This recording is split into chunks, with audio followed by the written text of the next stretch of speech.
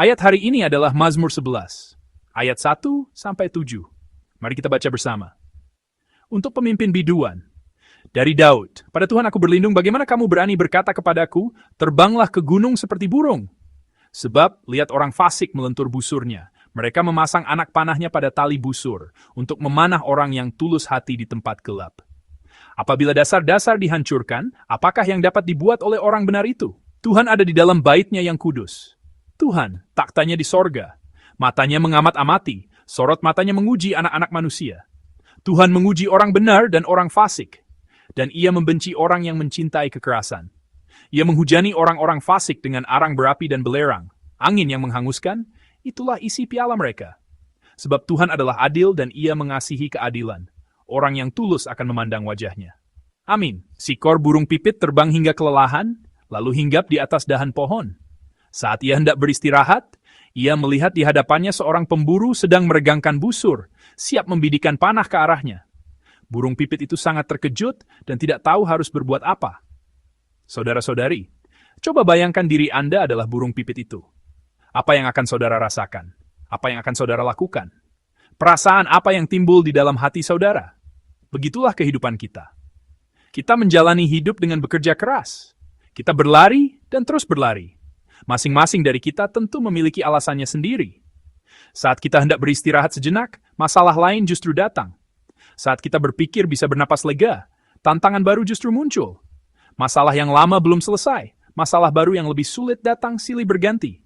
Alangkah indahnya jika hidup ini hanya dipenuhi sukacita. Tetapi kenyataannya ada begitu banyak hal yang sulit, menakutkan, dan melelahkan.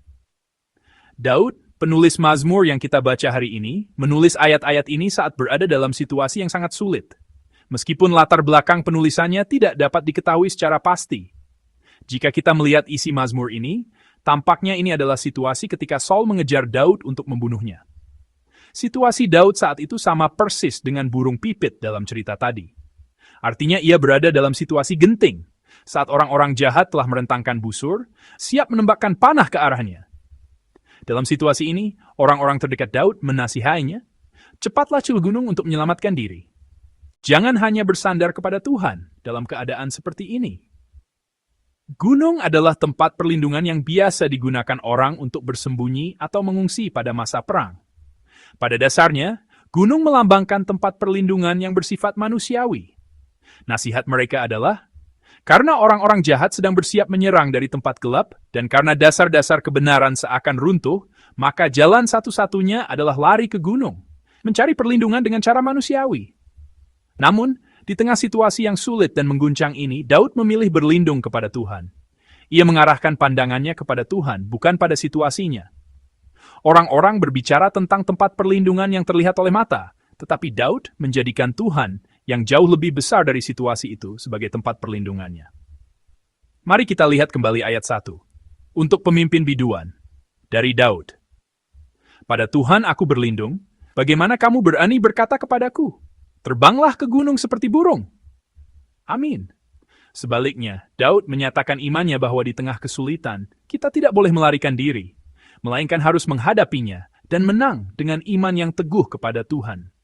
Kita harus datang mendekat kepada Tuhan. Terhadap perkataan mereka yang menyuruhnya untuk melihat kenyataan dan mencari jalan keluar secara manusiawi, ia membuat proklamasi iman, aku harus berlindung kepada Tuhan, kita harus berlindung kepada Tuhan.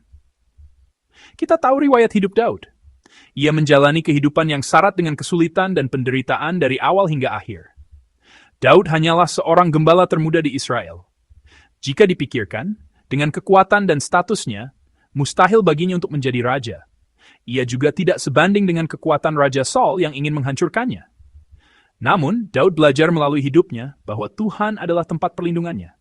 Daud menyadari bahwa jika ia hanya mengandalkan Tuhan, Tuhan akan menyelamatkannya dari segala krisis dan akan memakainya dalam pekerjaannya. Bagaimana dengan saudara-saudari sekalian? Pengakuan iman Daud ini, pada Tuhan aku berlindung, apakah ini juga menjadi pengakuan iman saudara? Saat kita lelah, sulit dan terluka, bisakah kita berkata, aku berlindung pada Tuhan? Saya berdoa kiranya pengakuan iman ini menjadi pengakuan kita semua.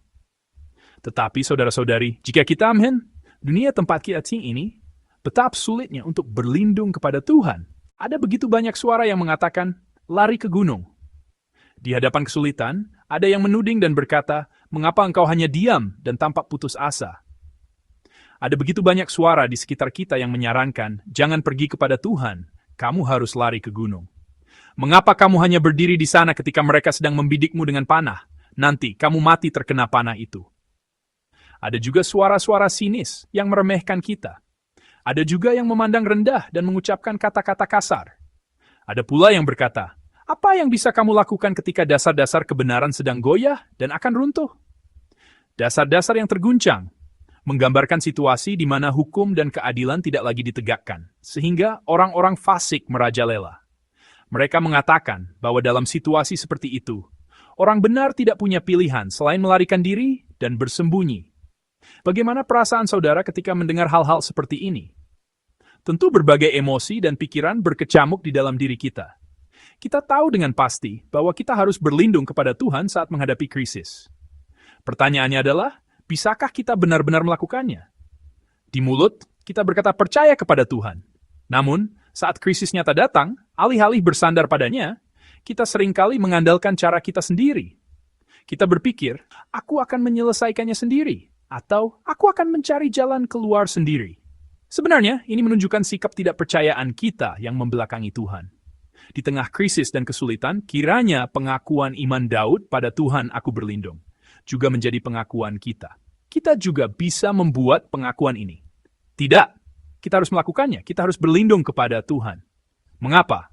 Mari kita temukan jawabannya dalam ayat 4 dan 5. Tuhan ada di dalam bait-Nya yang kudus. Tuhan, tahtanya di sorga. Matanya mengamat-amati, sorot matanya menguji anak-anak manusia. Tuhan menguji orang benar dan orang fasik, dan Ia membenci orang yang mencintai kekerasan. Amin. Artinya, Tuhan melihat segalanya dengan cermat.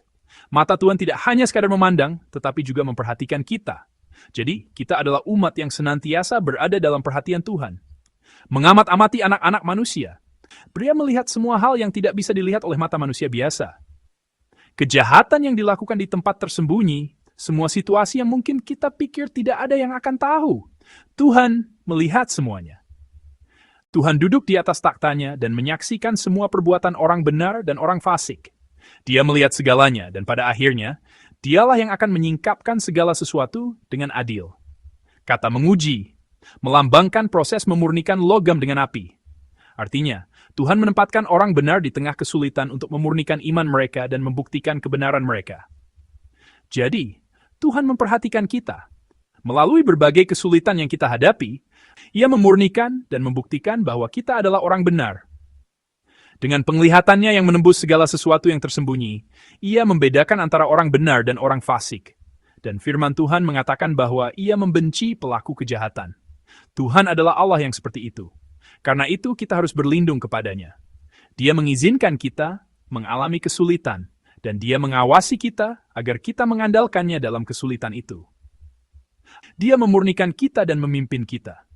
Saya berharap kita semua mengingat bahwa Tuhan melihat segalanya, bahkan pada saat ini. Jika kita berlindung kepada Tuhan seperti Daud, apa hasilnya? Mari kita lihat bersama ayat 6 dan ayat 7. Ia menghujani orang-orang fasik dengan arang berapi dan belerang. Angin yang menghanguskan, itulah isi piala mereka. Sebab Tuhan adalah adil dan Ia mengasihi keadilan. Orang yang tulus akan memandang wajahnya. Amin.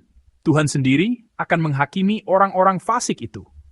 Artinya, Dia sendiri yang akan menuntaskan semuanya. Dan firman-Nya mengatakan bahwa orang yang tulus akan memandang wajah Tuhan.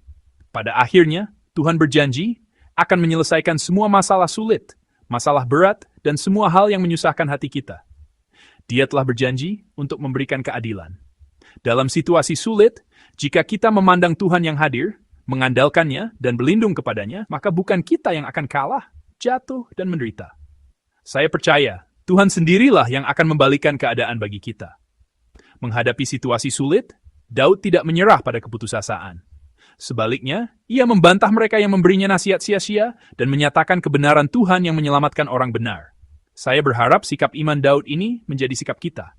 Di hadapan kesulitan, tempat perlindungan kita adalah Tuhan. Saya berdoa agar kita semua hanya bersandar pada Tuhan, dan pada akhirnya bersama-sama memandang wajah-Nya.